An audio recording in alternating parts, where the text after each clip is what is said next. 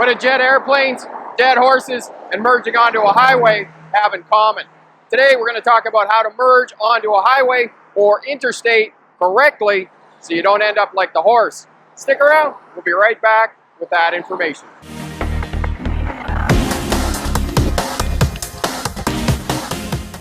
Okay, let's talk about one more thing. Let's just get on the horse. I don't think the horse is very alive anymore. I think the horse is kind of lame on one leg, and the horse not doing so well. It's an old nag, and this horse has been pretty beaten up. It's in the desert on a horse with no name. That's a song. On a horse with no name. Ba ba ba ba ba ba ba. There it is. There's the song. Okay, so we're on the horse again. We're talking about getting on the highway, getting on the freeway, merging onto the highway, and stopping on acceleration ramps. Okay? Anybody who says that to anybody else, that you can stop on the acceleration lane, I have a big stick here somewhere. I'm going to go find the stick. I'm going to go find a shovel. I'm going to dig a big hole, and I'm going to bury you in it. Because don't ever, I can't say that enough, ever stop on an acceleration lane, okay? You will die. You will die. Can't put it any more clearly than that. And I've been thinking about this, and it has been taking up a lot of real estate in my brain about how to explain to new drivers that when you get on that acceleration lane, you are committed. And if you stop, or you slow down, or you do anything that is anything but putting your foot on the throttle and getting her going, is dangerous, dumb, and stupid. I can't say anything else about that, okay? I'm having a go at you.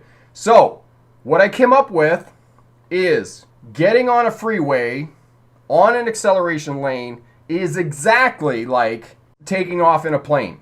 That plane, you get on a plane and you taxi out to the runway and you wait there. You're sitting on the plane and you're waiting for the plane to go. And then the plane comes out, the air traffic controllers say to the pilots, they say, okay, get out on the runway, and they line up. And this is exactly what you're doing when you're on the on-ramp coming out onto the freeway interstate. You're lining up. You're getting ready to go. Because as soon as they hit that throttle, as soon as those jet engines spool up, it's go time. And there's no aborting. You can't abort. The plane cannot abort. Once that plane hammered down, jet engines are spooled up, they are going, they are taking off. And it is the same thing in your car when you go from on-ramp to acceleration lane. When you are on that acceleration lane, you've picked your gap, you picked your hole, and you are going. And I find one more person that tells a new driver that they can stop in that acceleration lane, I'm going to find them, I'm going to hunt them down, and I'm going to bury them in a hole. Okay, because this is like taking up a lot of space in my brain to explain it to new drivers that you cannot ever stop on an acceleration lane. Please don't. It's so like incredibly dangerous. Incredibly dangerous. I mean, not only the vehicles on the highway, it's just, you're going to get creamed. You're going to get creamed.